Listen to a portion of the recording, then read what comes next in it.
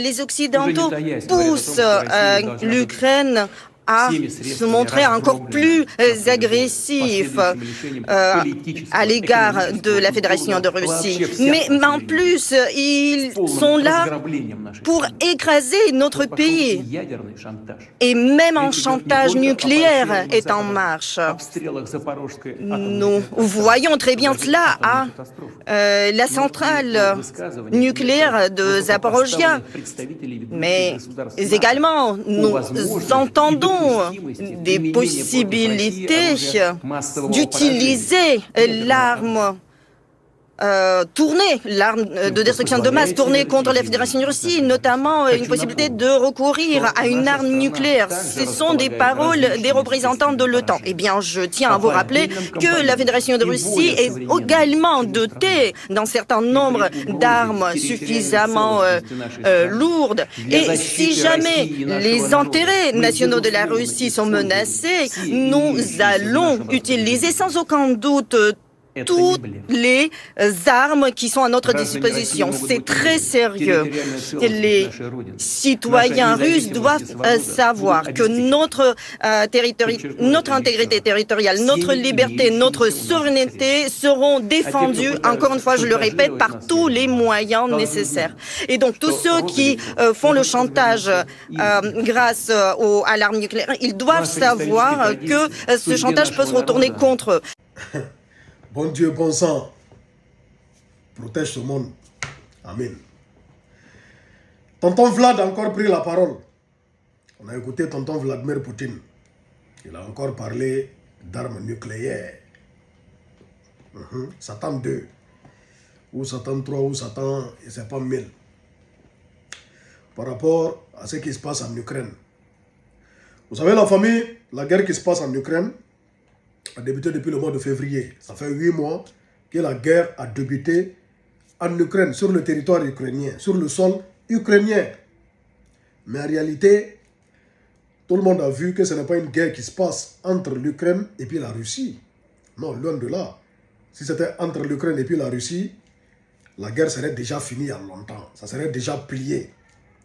Mais l'Ukraine, il se trouve que l'Ukraine fait une guerre par procuration. Voilà.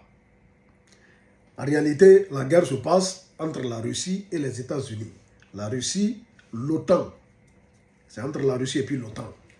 Les pays occidentaux contre la Russie.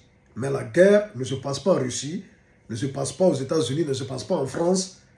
Mais la guerre se passe sur le territoire ukrainien. C'est-à-dire qu'ils ont empopiné les Ukrainiens. Zelensky, le comédien, ils l'ont utilisé comme une marionnette. Comme ils sont proches de la Russie, ils les ont blagué pour cette histoire d'Union européenne, pour cette histoire d'OTAN et tout. Ils les ont blagués. Ils sont rentrés dans une guerre vraiment qui fait pitié. Maintenant, bon, dès le début, on avait entendu parler d'armes nucléaires, où chacun parlait, où Poutine avait parlé de Satan 2, de tout ça, pour intimider. C'était un peu une guerre froide.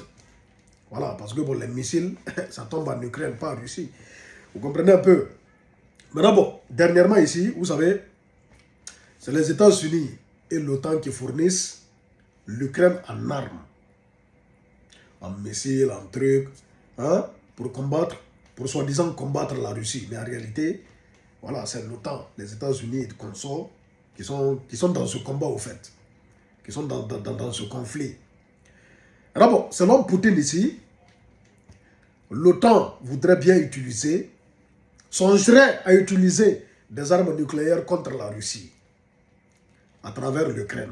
Ils vont utiliser l'Ukraine, c'est-à-dire bon, pour soi-disant utiliser des armes nucléaires contre la Russie. Donc Poutine dit qu'il rappelle que la Russie est dotée d'armes nucléaires aussi, d'armes de destruction massive, et qu'ils n'hésiteront pas une seule seconde à les utiliser au cas où l'intégrité territoriale de la Russie serait menacée. Eh Seigneur, protège-nous, protège-nous. On espère ne pas en arriver là. On espère que ça va se limiter qu'à la parole. Voilà, qu'on ne va pas en arriver là, que ces armes dont il parle ne seront jamais utilisées. Parce qu'au cas où ces armes seront utilisés, le monde entier va sentir. Le monde entier va sentir. Nous tous, on ne va pas s'en sortir. Parce que c'est des armes, je ne sais pas, si on t'explique, toi-même, tu vas penser au Big Bang et tout. Donc, on espère ne pas en arriver là. Mais ce qui se passe, vraiment, ce conflit, moi je vois ça comme un conflit inutile. Voilà, ils ont détruit l'Ukraine. L'Ukraine a été détruite. Hein? La Russie, aucun missile n'est tombé en Russie. Aucun missile n'est tombé aux États-Unis. Regardez un peu l'image de quelques villes en Ukraine aujourd'hui, là où nous parlons. Regardez un peu, regardez. Regardez vous-même, regardez ça là. Regardez. Des bâtiments qui ont été totalement détruits. Regardez. Tout ça là, c'est sur le territoire ukrainien. C'est sur le sol ukrainien. C'est des villes ukrainiennes. Ça là, ce n'est pas en Occident. Ce n'est pas en Russie. C'est en Ukraine. Regardez. Regardez des choses comme ça. Vous voyez ça là? Regardez tout ça là. Les missiles ne tombent pas en Russie. Les missiles ne tombent pas aux États-Unis, ne tombent pas en France, ne tombent pas ici. Les missiles tombent en Ukraine. La bataille, c'est en Ukraine. Ouais. Vous voyez ça? Vous voyez des choses comme ça? Ils sont tellement bêtes. Tellement bêtes. Zelensky, un comédien. Regarde, ils ont détruit son pays comme ça. Vous voyez? Totalement détruit. Ouais, ça là, c'est le sol ukrainien. C'est sur le territoire ukrainien. Aucun missile n'est tombé en Russie. Aucun missile n'est tombé aux États-Unis. Jamais. Les États-Unis, ils sont loin. Ils sont loin. Ils utilisent l'Ukraine comme base. Parce que la guerre, ce n'est pas entre la Russie et puis l'Ukraine. Si c'était entre les deux, ça serait déjà fini, au fait, il y a longtemps. Mais c'est entre l'Occident et la Russie. Mais simplement, ils se battent où? En Ukraine. Vu que Zelensky, c'est un comédien, il est tombé dedans. Maintenant, bon, pour s'en sortir, c'est compliqué, au fait. Parce que bon, il y a des territoires en Ukraine. Il y a des territoires en Ukraine qui sont pro-russes, actuellement qui sont sur le point de voter des référendums pour rejoindre la Russie à part entière. Et là, ça sera plus compliqué. Regardez ce reportage. À quelques kilomètres du front, Kherson, ville ukrainienne occupée par l'armée russe. Son gouverneur annonce un référendum imminent pour rejoindre la Russie. C'est une nouvelle étape dans la guerre. D'autres villes, d'autres régions contrôlées par les pouvoirs pro-russes ont fait la même déclaration aujourd'hui. Lugansk, Donetsk, Zaporijjia et Kherson donc vont voter dès vendredi pour ou contre rejoindre la Russie. Peu de doutes sur les résultats. Et en cas de victoire du oui, ces milliers de kilomètres carrés ukrainiens deviendraient donc, du point de vue de Moscou, des terres russes. Des terres à défendre par tous les moyens. Vladimir Poutine va pouvoir mobiliser davantage de troupes. Pour la communauté internationale réunie à New York, c'est une nouvelle escalade. Il s'agit d'une provocation supplémentaire qui, à nos yeux, ne donnerait lieu à aucune conséquence sur la position qui est la nôtre. La Russie doit quitter le territoire ukrainien. Les armées russes doivent quitter le territoire ukrainien, qui est un territoire souverain. Elle doit respecter les frontières qui sont internationalement reconnues. D'abord prévu en novembre, ces référendums sont avancés précipitamment par les pouvoirs pro-russes. Possible signe de nervosité au moment où la contre-offensive ukrainienne gagne du terrain et reprend des villes stratégiques dans le nord du pays. Vous voyez des choses comme ça, vous voyez combien de fois ça devient de plus en plus compliqué. C'est-à-dire, bon, il y a des territoires qui sont en Ukraine.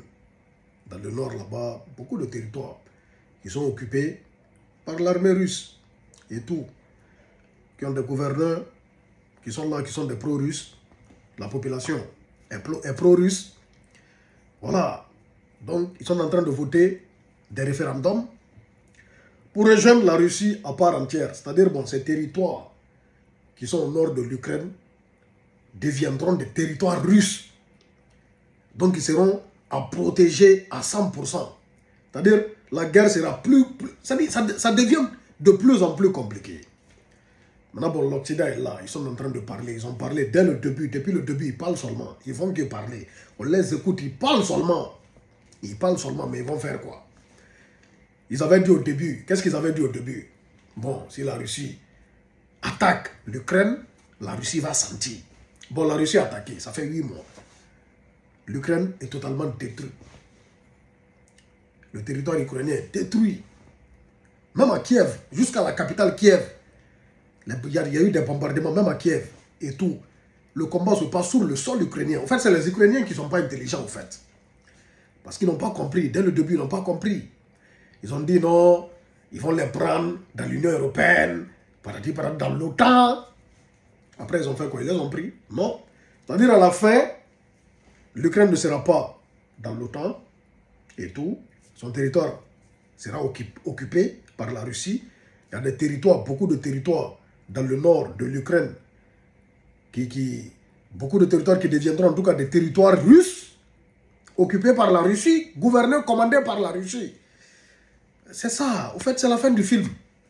Il y a eu combien de morts pour ça, combien de déplacés pour ça.